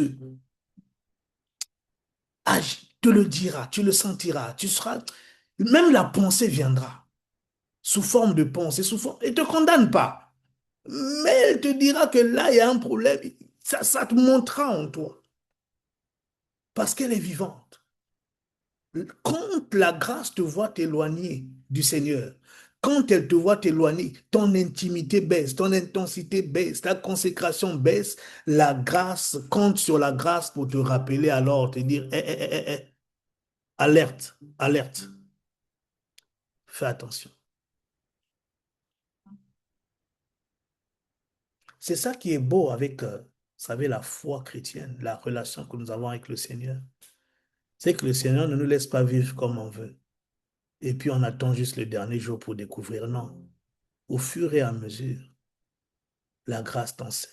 Quand il y a un danger, il t'avertit, il y a un danger ici. Ça, c'est l'œuvre de la grâce. Elle va te pousser à renoncer au convoitise mondaine, à l'impudicité, à la débauche, à la convoitise des femmes, des hommes, à la convoitise des biens des autres, à l'amour du siècle présent, la convoitise des yeux, la convoitise de la chair, l'orgueil de la vie. La grâce, quand elle est en toi et qu'elle est active, elle t'enseignera ces choses. Quand tu choisis de vivre une vie où tu es disposé à obéir au Seigneur, où tu te dis, moi, je t'appartiens, je ne peux pas me garder moi-même, les erreurs, j'en ferai, mais Seigneur, je suis prêt à me repentir quand tu me reprendras. La grâce viendra te dire que là, ça ne va pas. Ici, tu es en train de... Donc, vous voyez, la grâce ne nous encourage pas au péché, à la licence, au libertinage. Non. Elle est venue nous délivrer de ces choses. Donc, elle va parler contre ces choses en nous. La grâce œuvre, nous enseigne à nous éloigner de tout mal, de tout ce qui est contraire à la pensée de Dieu, à sa volonté. Donc, quand tu as une grâce qui ne fait pas ce travail en toi, tu es en droit de te demander quelle est cette grâce. Quand tu entends un message et que, quand je dis tu entends un message, pas forcément le jour J, mais de manière continue, mais qui ne s'attaque pas au mal qui est en toi, pas à toi, mais au mal qui est en toi, qui ne pointe pas le mal qui est en toi, pour te dire ça, ça doit changer. Tu peux te poser la question, est-ce vraiment la grâce authentique? Parce que la grâce, quand elle vient, elle nous enseigne d'abord cela, à nous éloigner de tout mal. Parce que la grâce est venue, elle a emmené Christ à la croix. Et à la croix, Christ a porté nos péchés. C'est pourquoi, pour que les péchés ne soient plus sur nous. La Bible dit, il est venu ôter, voici l'agneau de Dieu qui ôte le péché du monde. C'est pour que le péché ne soit plus en nous. Donc ce n'est pas encore pour... Non. Du coup, la grâce, une fois que Christ a fait son œuvre, la grâce prend le relais. Il dit, voilà ce qu'il a fait. Tu ne peux pas continuer à vivre cette vie-là. Et quand on parle de renoncer, parce qu'on dit la grâce nous enseigne à renoncer. Quand on parle de renoncer, dans le mot renoncer, il y a abandon volontaire. Il y a le mot volonté. Et c'est là où la mort à soi se trouve. Être bénéficiaire de la grâce ne nous donne pas le droit de faire ce que nous voulons. La grâce n'est pas venue nous libérer pour qu'on fasse ce que l'on veut. La grâce est venue nous tuer pour faire vivre quelqu'un d'autre. Donc, en fait, la grâce vient, elle te tue toi, elle tue ta volonté, pour faire subsister en toi, en moi, la volonté de Dieu seul, par Jésus-Christ. C'est ça l'objectif de la grâce. Elle va nous faire renoncer à notre propre volonté pour rechercher celle de Dieu. Alors, on le voit dans Matthieu 26, Matthieu 26, 39. Nous connaissons ce texte où Jésus dit, Seigneur, si tu pouvais éloigner de moi cette coupe, toutefois non pas ce que je veux, mais ce que tu veux. Ça veut dire que ce que je dois vivre, mon expérience, mon vécu sur la terre, doit être conforme à ce que toi tu veux que je puisse vivre. Si tu veux que je passe par les déserts, Seigneur, garde à vous. Si tu veux que je passe par la croix, Seigneur, garde à vous. J'accepte ta volonté pour moi. Mais pour ça, là, il faut que ta volonté meure. Il faut que tu renonces à ta volonté. Il faut que tu sois capable de dire comme le Seigneur, pas ma volonté. Non, j'ai une volonté. Ta volonté, ma volonté n'est pas supprimée. Nos volontés ne sont pas supprimées. Mais on est invité à y renoncer. Volontairement, on fait le choix. Non pas ma volonté. Jésus, quand il dit, si tu peux éloigner de moi cette coupe, il exprimait là sa volonté. C'est d'ailleurs, je crois, la première ou l'une des premières fois où Jésus a exprimé sa volonté, a montré qu'il avait une volonté. Parce que la plupart du temps, c'était la volonté de mon Père, la volonté de mon Père, la volonté de mon Père, la volonté de mon Père. Je ne fais que la volonté de mon Père. Et là, on voit que ce type-là aussi avait une volonté. Mais, malgré ça, il dit, oui, j'ai une volonté. Mais pas ce que je veux, ce que tu veux. Donc, la mort à soi qu'enseigne la grâce va affecter notre vécu. Tu ne vas plus chercher à vivre ce que tu veux, mais tu vas chercher ou accepter à vivre ce que Dieu veut que tu puisses vivre.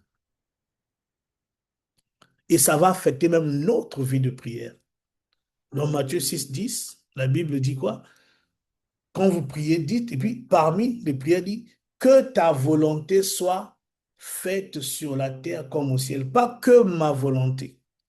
Vous voyez, c'est là où beaucoup de nos prières ne marchent pas, parce que nous ne cherchons pas la volonté de Dieu dans nos prières.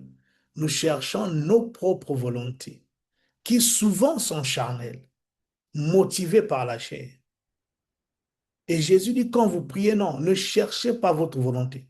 La prière n'est pas censée rechercher notre volonté. La prière est censée rechercher la volonté de Dieu pour nous, tout en sachant que la volonté de Dieu pour nous est bonne, agréable et parfaite. Dieu ne peut pas vouloir pour toi quelque chose qui est mauvais.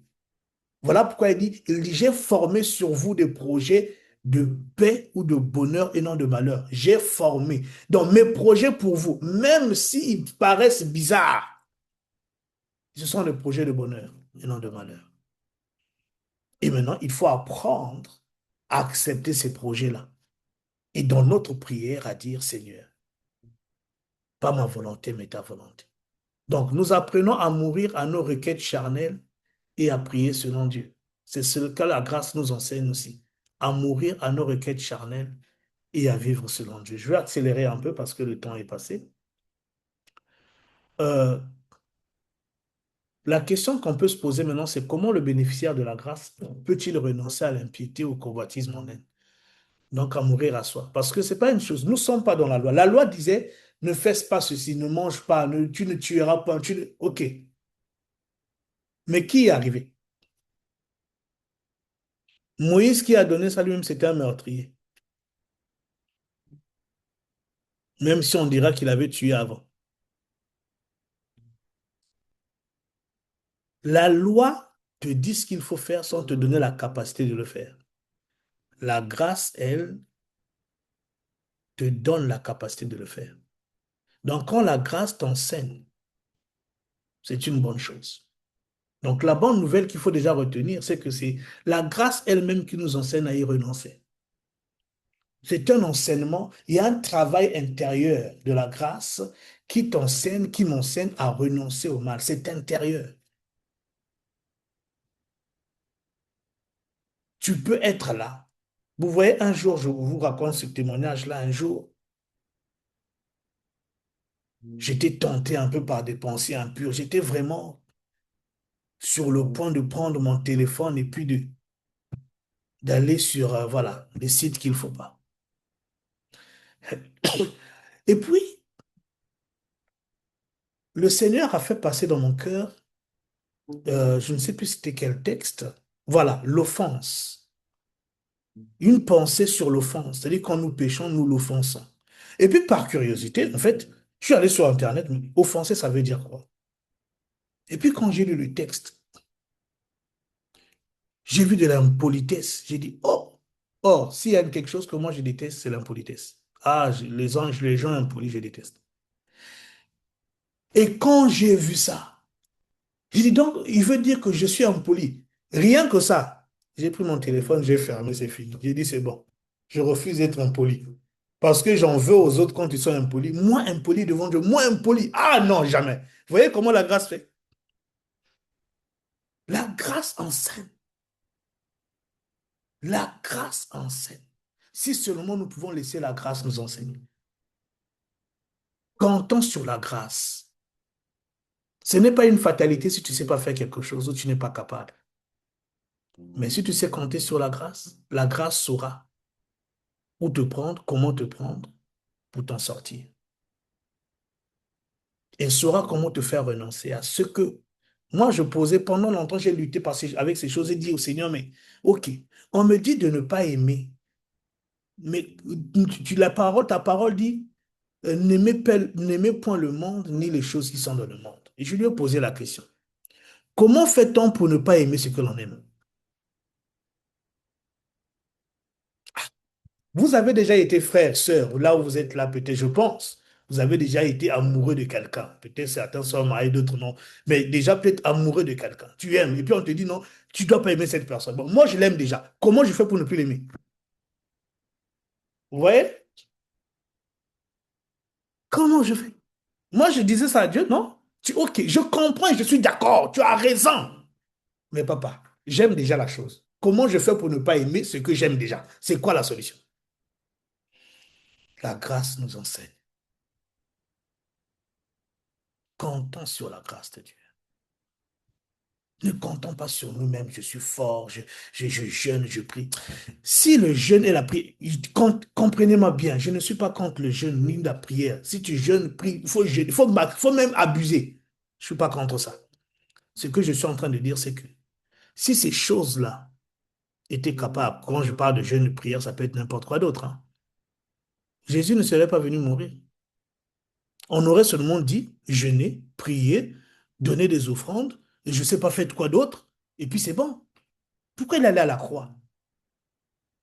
C'est parce que ça là, rien de tout ce qu'on nous demande de faire n'est capable. Il n'y a que Jésus. Il n'y a que la grâce. Au temps de la loi, le jeûne était là. Au temps de la loi, Moïse a même jeûné, il me semble qu'il a jeûné 3 fois 40 jours, 2 ou 3 fois. Il y a un texte qui n'est pas clair, hein, mais il me semble que c'est 3 fois 40 jours sans manger ni boire. Première fois, il part, bon, c'est jeûne, il part, Dieu l'appelle et puis il fait 40 jours et puis il dit descend. Tes gens là, hein, il descend, mais il remonte encore 40 jours pour aller implorer le pardon de Dieu. Il a dû faire ça 2 ou 3 fois. Mais ça n'a pas empêché ce Moïse-là de frapper le rocher 2 fois un jour. C'est la grâce de Dieu. N'élevant rien d'autre au-dessus de la grâce de Dieu. Elle nous enseigne à mourir et à renoncer à nous-mêmes. La sanctification du croyant n'est pas liée aux interdits, je pense que nous le savons. Dans l'Ancien Testament, où il ne touche pas, ne mange pas, ne boit pas, c'est ce que ce texte dit, nous n'allons pas le lire, prenez juste la référence. Il dit, si vous êtes mort à Christ, pourquoi vous impose encore ces choses-là? Ne touche pas, ne bois pas, ne mange pas. Non, ça, c'est pas les interdits. La sanctification est le fruit de la grâce et de la prise de conscience de notre identité en Christ. Quand je réalise que je suis saint, je vais me sanctifier. La seule raison pour laquelle des fois on ne se sanctifie pas, c'est parce qu'on ne le réalise pas. C'est la raison pour laquelle l'apôtre Paul disait dans ses épîtres aux Corinthiens, ne savez-vous pas? Il ne parlait pas du fait que vous n'avez pas connaissance intellectuelle ou vous n'avez pas l'information, parce que c'est lui qui les avait enseignés. Non. Ne savez-vous pas? Eido, n'êtes-vous pas conscient? C'est ça qui manquait. C'est ça qui nous manque. D'avoir la conscience que nous sommes saints. Nous sommes enfants de Dieu, nous sommes enfants de lumière, nous sommes. Si la conscience est là, ces choses-là coulent d'elles-mêmes. La sanctification est aussi le fruit de notre amour pour Jésus. Quand tu es embrasé d'amour pour Jésus, tu te sanctifieras. Et la sanctification est aussi le fruit de la connaissance de Christ. Philippiens 3, vous pouvez aussi prendre la référence. L'apôtre Paul dit, j'ai renoncé à tout à cause de l'excellence de la connaissance de Christ. Et dans ce renoncement, il est allé jusqu'à désirer la communion des souffrances. Donc jusqu'à désirer la mort à soi. Pourquoi? À cause de l'excellence de la connaissance de Christ. Donc, nous voulons mourir à nous. Voilà le chemin que Dieu nous montre. Développons la conscience, comptons sur la grâce et développons la conscience de notre identité en lui. Que notre amour pour le Seigneur grandisse et que nous puissions aussi croître dans la connaissance de Christ. Et ces choses vont agir pour nous permettre d'accepter la mort à soi. Le deuxième enseignement, c'est que la grâce nous enseigne à vivre pour Christ. À vivre pour Christ. L'étape de la mort, nous avons parlé de la mort à soi. En fait, c'est une préparation. Tu ne peux pas vivre pour Christ si tu ne vis pas, si tu n'as pas d'abord accepté de mourir à toi-même. Parce qu'il y aura, nous sommes là, moi je suis là. Dieu ne m'a pas supprimé. Il n'a pas supprimé ma volonté, le moi est toujours là. Et Christ aussi habite en moi. Maintenant, qui vais-je écouter? Le moi ou Christ? Il y a deux maîtres en moi. Et Jésus a dit dans Matthieu 6, 24, tu ne peux pas servir deux maîtres. Même si là-bas, il parlait de Jésus et de maman, mais le moi aussi est un maître. Tu ne peux pas servir deux maîtres. Tu ne peux pas aimer deux maîtres. Tu aimeras l'un, tu haïras l'autre. Donc, pour que tu n'en aimes qu'un, que tu ne sois attaché qu'à un, que tu ne vives que pour l'un des deux, il faut que l'autre meure. C'est pourquoi l'étape de la mort à soi est nécessaire. C'est pourquoi la croix est nécessaire. C'est pourquoi nous avons été crucifiés avec Christ. Pour que, conscients de cette identité, que nous acceptons maintenant de laisser celui qui est mort vivre, que nous acceptons de vivre pour lui. Parce que la vérité, c'est que nous ne sommes pas nés de nouveau pour vivre pour nous-mêmes, mais pour celui qui est mort et ressuscité pour nous, Jésus-Christ. J'aimerais qu'on lise ce texte de 2 Corinthiens 14 à 15. 2 Corinthiens 14. 2 Corinthiens 5, pardon. 14 à 15. Donc, je vais le lire pour nous, je l'ai déjà trouvé. La Bible dit ceci, car l'amour de Christ nous presse, parce que nous estimons que si un seul est mort pour tous, tous donc sont morts, et qu'il est mort pour tous, afin que ceux qui vivent ne vivent plus pour eux-mêmes, mais pour celui qui est mort et ressuscité pour eux. Vous entendez? Jésus ne nous a pas sauvés pour que nous continuions à vivre pour qu'on vive pour nous-mêmes. Je viens de Dieu, je veux ceci, je veux la percer. Pourquoi tu veux la percer? Est-ce que Jésus veut que tu perces pour lui? Vous voyez? C'est pourquoi l'apôtre nous rappelle souvent que, je veux dire avec mes mots, mais la pensée est celle-là, que nous ne devons pas faire les choses pour Dieu. Nous devons faire les choses que Dieu veut que nous puissions faire pour lui. En gros, c'est ça la pensée. Non, moi, je veux être riche pour Dieu. Oh, si on fouille bien, Dieu sait que non, tu es en train de mentir. Parce que être riche pour Dieu, ça veut dire quoi? C'est un exemple que je prends. Être riche pour Dieu, ça veut dire que quand je suis riche, tout ce que j'ai est à Dieu. Mais la vérité, c'est que quand nous nous enrichissons pour Dieu, personne ne donne même 70% de ce qu'il a à Dieu. Non, nous donnons 10%, 20% peut-être. Le plus gros, c'est à nous. Ça veut dire qu'on n'est pas riche pour Dieu, on est riche pour nous. Quand on est riche pour quelqu'un, ça veut dire que ce que j'ai, quand je travaille pour mes enfants, tout ce que j'ai, c'est pour mes enfants, ma famille. C'est ça que ça veut dire être riche pour Dieu. Donc, des fois, quand je dis, moi, Seigneur, moi, j'ai choisi d'être riche pour toi, Dieu qui sonde les cœurs sait que je suis en train de mentir. Je peux être sincère, mais pas vrai. Simon-Pierre a dit à Jésus, non, jamais je ne te régnerai, j'irai avec toi et en prison et à la mort. Il était sincère. Jésus lui a dit, avant que le coq ne chante 3 fois, tu vas me régner. Non, jamais! Tu vas me régner, je connais ton cœur. Toi, tu es sincère, moi, je connais la vérité de ton cœur. Il s'est entêté et on connaît comment ça s'est fini. Voilà pourquoi à la fin, Jésus lui dit maintenant, quand tu lui dis, paie mes brebis, est-ce que même tu, ah oui, oui, après il dit, tu le sais, Seigneur. Il comprend que non, c'est pas ce que moi je dis.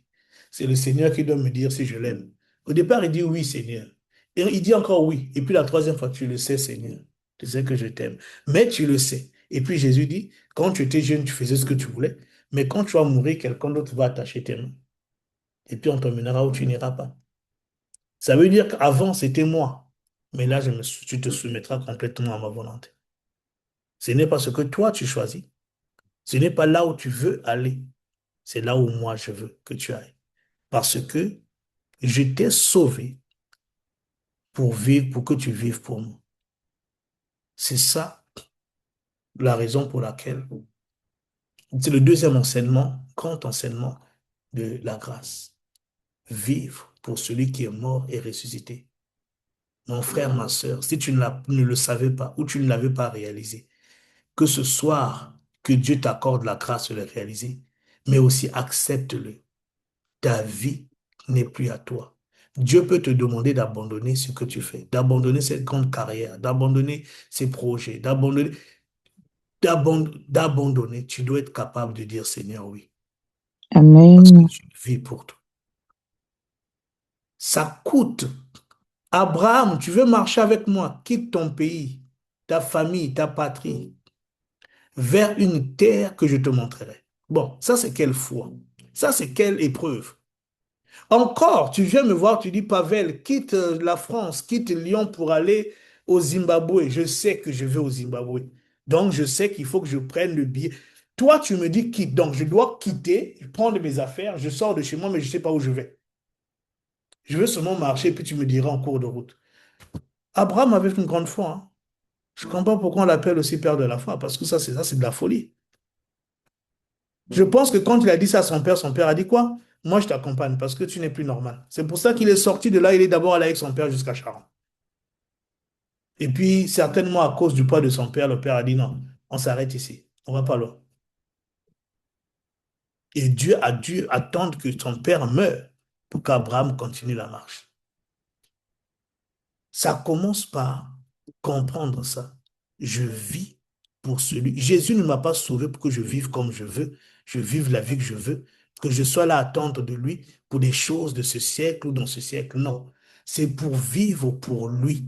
Ma vie est offerte en sacrifice. Ce qu'il veut que je fasse, je fais. Ça, c'est l'autre enseignement majeur de la grâce. J'aimerais, vu le temps passé, j'aimerais passer rapidement ici. La grâce nous enseigne à vivre selon la sagesse de Dieu, la justice de Dieu et la piété de Dieu. Et toutes ces choses, c'est Christ en réalité. Il est notre sagesse. Il a été fait pour nous sagesse, justice ou justification, rédemption ou sanctification.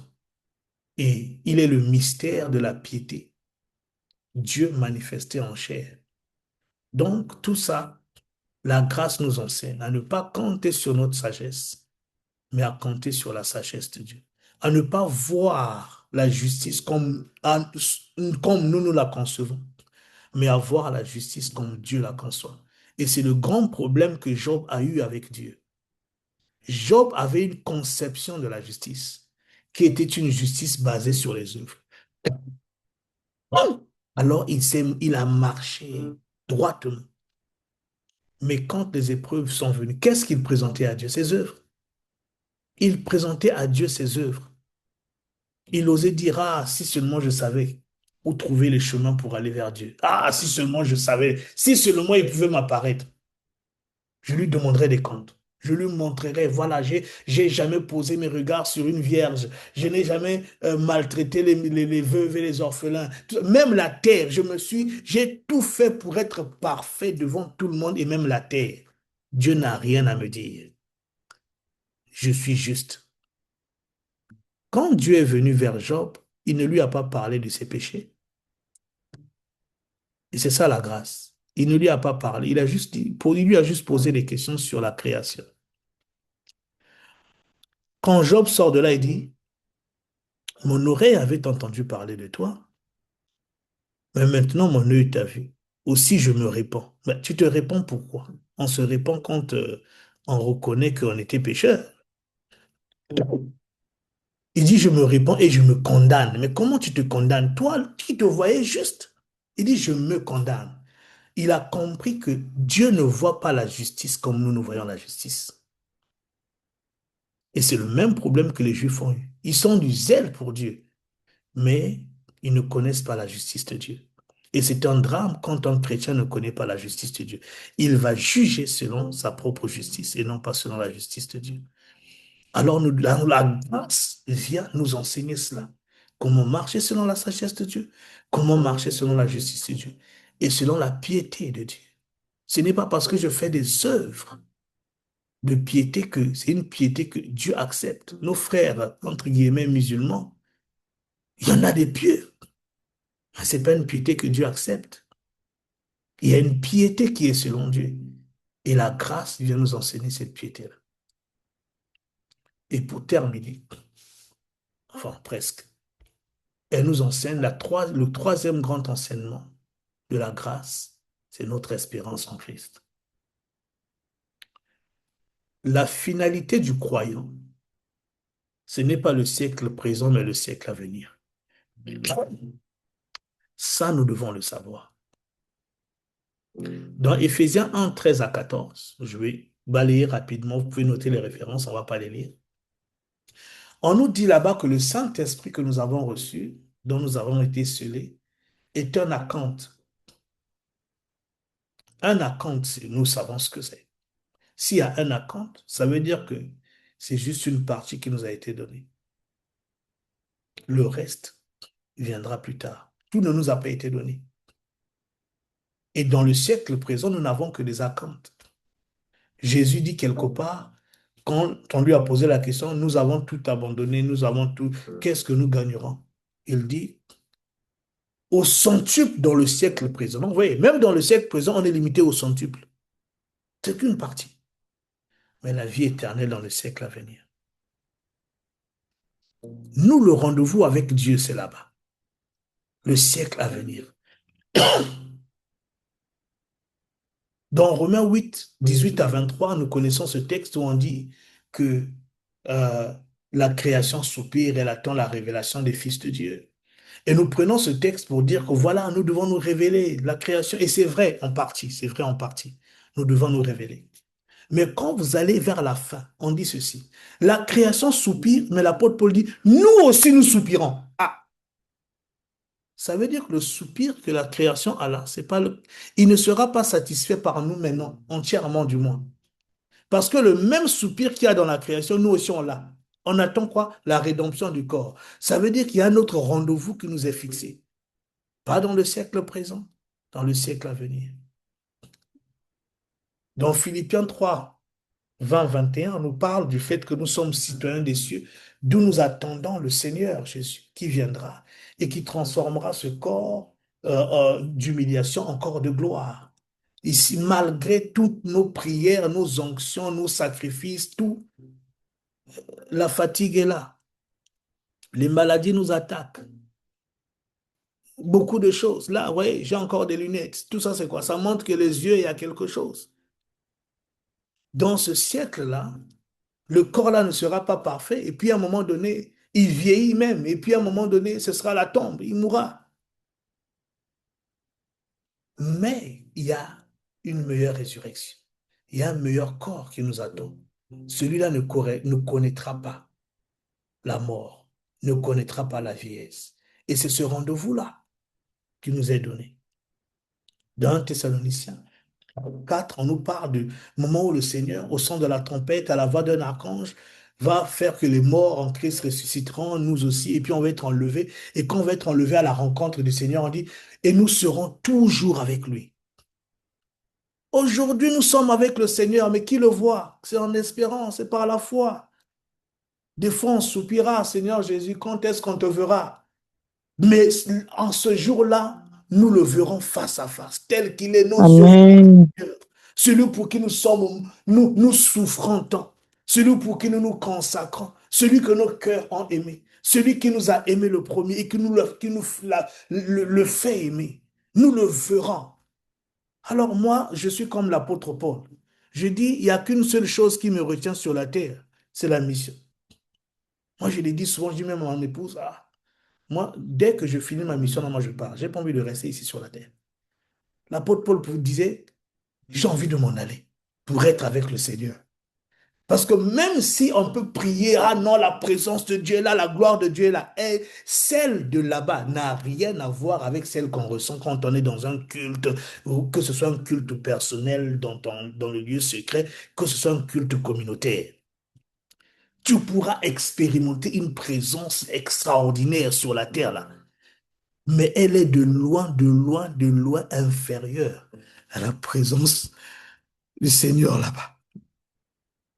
Donc l'apôtre Paul dit non, moi je veux m'en aller pour être là-bas avec lui. Mais à cause de vous, je reste.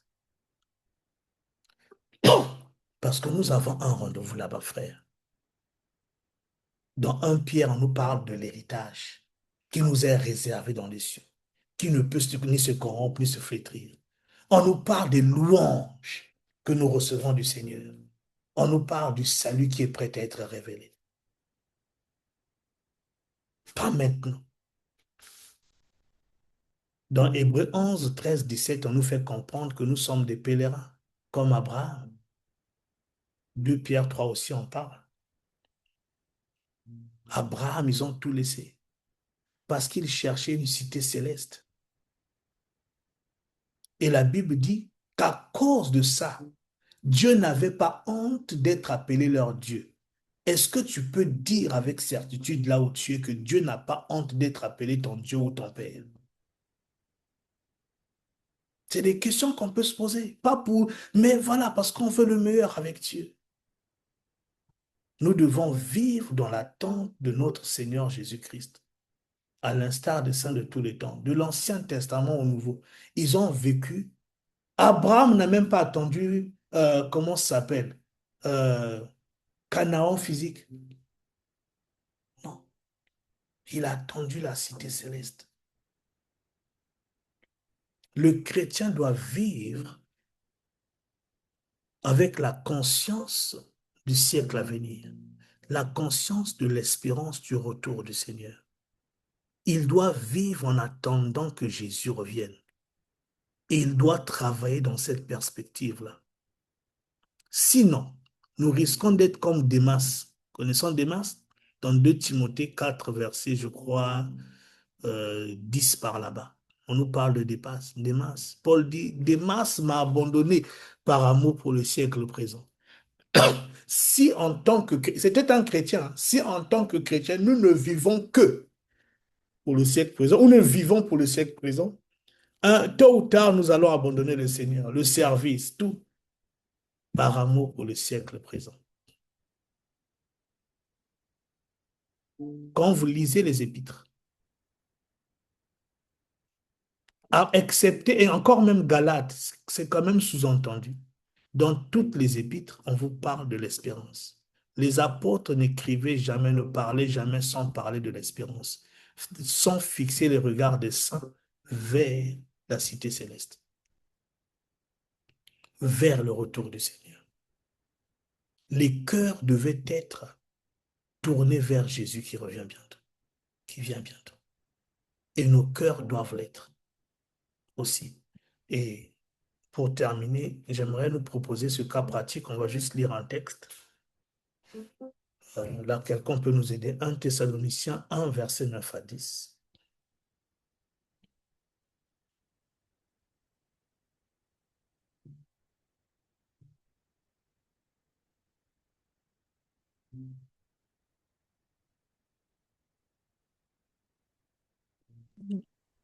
Un Thessaloniciens 1, verset 9 à 10 Amen. dit, car on raconte à notre sujet quel accès nous avons eu auprès de vous et comment vous vous êtes convertis à Dieu en abandonnant les idoles pour servir le Dieu vivant et vrai et pour attendre des cieux son Fils qu'il a ressuscité des morts, Jésus, qui nous délivre de la colère à venir. Amen. Amen. On voit les 3 enseignements majeurs de la grâce s'exprimer dans l'église de Thessalonique, qui nous enseignent à renoncer à l'impiété. Ils ont abandonné les idoles, à vivre dans le siècle présent selon la sagesse, tout ça là. Ils ont fait quoi? Excusez-moi, je vais admettre quelqu'un. Ils ont servi le Dieu vivant. Ils ont vécu dans le service du Dieu vivant. Ils ont vécu pour le Seigneur, comme la grâce nous l'enseigne. Et la grâce nous enseigne quoi d'autre? L'espérance. Ils ont vécu en attendant des cieux le Fils de Dieu, qui est ressuscité des morts, Jésus. Oui. Donc, la grâce les a emmenés à vivre ce qu'elle enseigne. Tout ça pour nous dire quoi?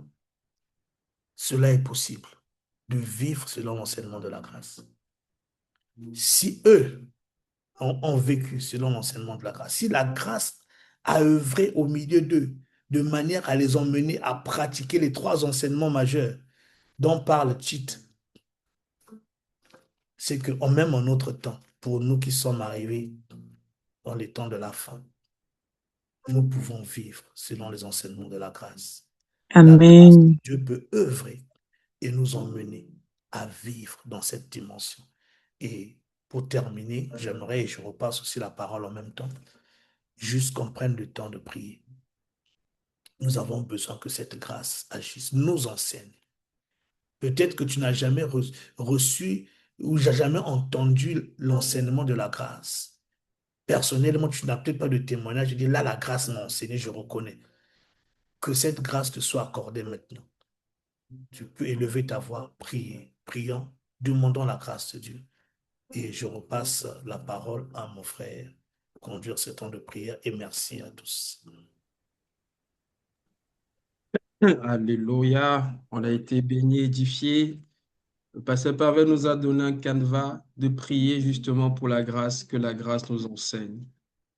Est-ce que tu peux, là où tu te trouves, incliner ton cœur devant ton Père?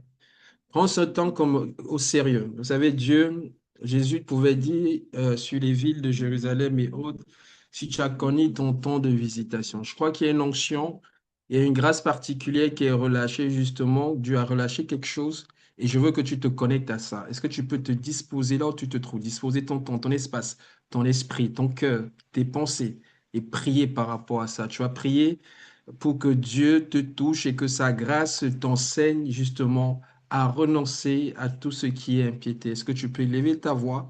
Si tu le peux, tu peux activer ton micro avec moi. Nous allons prier de façon coopérative au nom de Jésus. Père, nous voulons te bénir pour ce merveilleux message qui nous a, oh Dieu, Encore, édifié. Père, Je suis nous votre voici Seigneur, encore ce de toi. soir, béni Seigneur, tu Seigneur. m'as Quel est le parlé encore, message Père, Oui, Seigneur. Père, qui n'est pas merci pour ta dilué, Tu qui as n'est parole de pas ce soir. oublié encore, Père, de contrôlé. reconnaître la grâce. Seigneur, Seigneur, tout ce que Seigneur, tu nous c'est as à révélé Dieu, ce à soir, Père éternel. Père, nous voulons Brother, prier pour Seigneur, chacun Seigneur, d'entre nous, ô concédé, Dieu de Seigneur, grâce. Nous confirme, voulons ouvrir Seigneur, nos Seigneur. cœurs à ta grâce. Dieu Là où nous merci, sommes Seigneur, je ne regardés, te Seigneur, pas, avec les Seigneur. yeux où nous voyons, Dieu Dieu, merci, selon ta impiété. volonté, Seigneur, que Seigneur, ta grâce nous que enseigne, je que prie, ta Seigneur grâce Jésus, nous localise et que ta grâce nous oui, qualifie. Seigneur, Saint-Esprit, nous te merci, demandons comme Seigneur, une je grâce au crois, nom de Seigneur. Jésus. Seigneur, touche le cœur de tout un chacun. Tu Yanama, sais comment chacun vit sa foi Oh Père, et comment Seigneur, est-ce me que voici chacun encore est devant toi. affecté. Seigneur, Seigneur, nous te aide-moi encore demandons à être comme une grâce conscient de au la nom de grâce. Jésus. Conscient de la Au grâce, nom oh de Dieu, mon Jésus. Père, mon roi.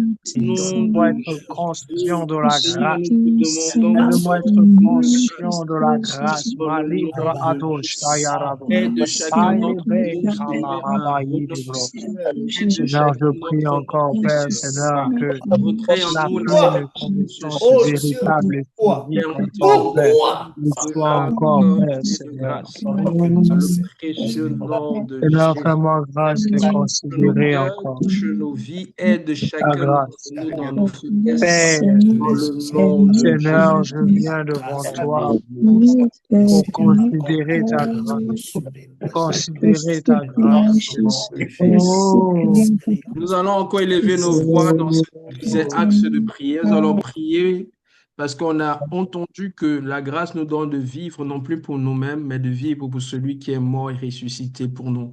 Nous allons prier là où nous avons commencé à vivre pour nous-mêmes, à utiliser nos ressources, notre temps, tout ce que nous avons, nos avoirs pour nous-mêmes, au lieu de l'investir pour Dieu et pour son royaume. Nous allons prier afin que la grâce de Dieu nous localise et nous donne de nous repentir de cela et de consacrer encore toutes nos vies à Jésus, c'est-à-dire vivre pour celui qui est mort et ressuscité pour nous. Est-ce que nous pouvons élever la voix ensemble et prier dans cette directive dans le nom de Jésus? Alléluia.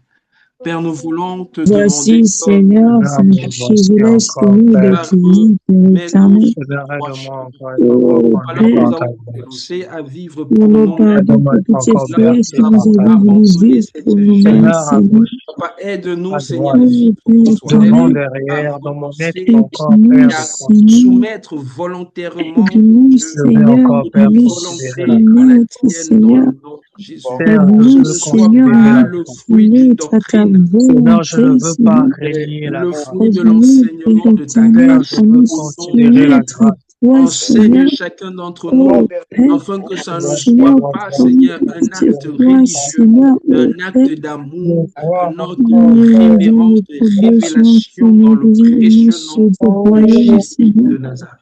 Oh, Papa, Seigneur, nous aide-nous te au nom de supplions, Jésus, Seigneur. afin de vivre Te pour toi supplions de et nous non pas aider, pour le Seigneur, siècle à présent. vivre pour Aide-nous à y toi, Jésus, de renoncer, nous car tu dis aider, si Seigneur, celui qui aime le à bon, l'amour du Père n'est renoncer, pas en Seigneur Jésus, aide-nous, à que ta grâce renoncer, nous Père aide dans ce éternel, sens, oh, Père, dans le nom de de marcher selon ta Jésus-Christ de volonté, Père Nazareth. éternel. Alléluia. Père. Seigneur, nous te Alléluia. demandons encore une grâce. Alors, nous allons élever le dernier sujet de prière, c'est le retour de Christ. Et tu vas prier pour que cela te soit comme une révélation, que cela alimente ta vie au quotidien, chaque minute, chaque seconde, chaque décision de ta vie, que cela soit imprimé, que ça soit comme conscient, comme l'homme de Dieu a dit dans ta tête, dans mon cœur. Est-ce que tu peux élever ta voix et prier et vivre comme Abraham qui vivait dans les tentes parce qu'il voulait cette Jérusalem qui est céleste. Et Jésus a dit, il va nous préparer des places. Prie pour cela afin que Dieu te donne maintenant de recalibrer et de vivre maintenant en attendant le retour de Christ Jésus. Élève ta voix et moi prions dans le précieux nom de Jésus-Christ de Nazareth. Aide chacun d'entre nous à nous recalibrer, à remettre Tu es celui qui nous fortifie, Seigneur. nous prions que, Tu es Seigneur, celui tu qui nous sent de force, de sagesse, Père éternel. Venons ce soir pour implorer ta grâce, Seigneur, afin que tu nous aides à vivre, Seigneur, dans l'attente de tes venues, Papa.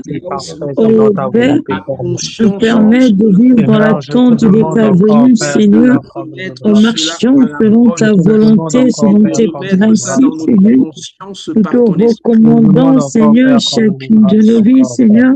Aide-nous à vivre, Père, en étant conscient que oui, Christ revient bientôt. Oh Père, et s'il vient, comment il va nous trouver, dans quel état, Seigneur? Nous supplions, Seigneur, de nous aider, Seigneur, à nous souvenir de la venue de Christ, Seigneur. Oh Père, nous te le demandons comme une grâce en ce soir, Papa. Aide-nous, Seigneur, aide chacun de nous, Seigneur, à vivre, Seigneur, l'attente, Seigneur, que nous vivons dans l'attente de Christ, Père éternel. Oh, Père éternel, Père Jésus, nous demandons comme une grâce en ce soir, Papa, de nous aider à vivre dans l'attente de Christ, Seigneur, Père éternel.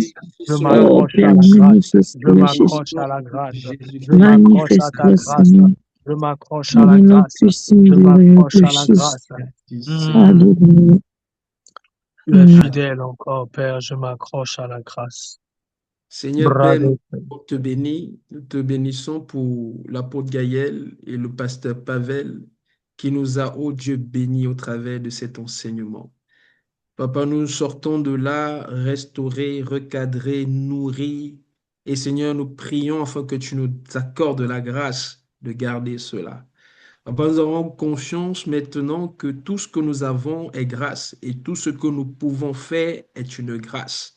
Alors Seigneur, donne-nous de demeurer dans la grâce.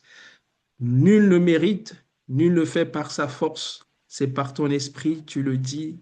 Alors Père, donne-nous de demeurer dans la grâce. Bénis-les, restaure-les, Seigneur, ils ont donné. Donne-leur un retour pour la seule gloire de ton nom. Seigneur, ton Église est déjà bénie et nous sommes bénis de participer à cette Christ Academy. Bénis encore l'idée pour voir tout ce dont on a besoin pour faire croître cela et permet que beaucoup se connectent à cette grâce afin d'être également bénis. Merci notre Dieu, notre Roi. C'est dans le précieux nom de Jésus que nous avons ainsi prié. Amen. Amen. Merci pour le temps accordé. Que le Seigneur vous bénisse. Amen. Shalom, shalom. Shalom. Shalom.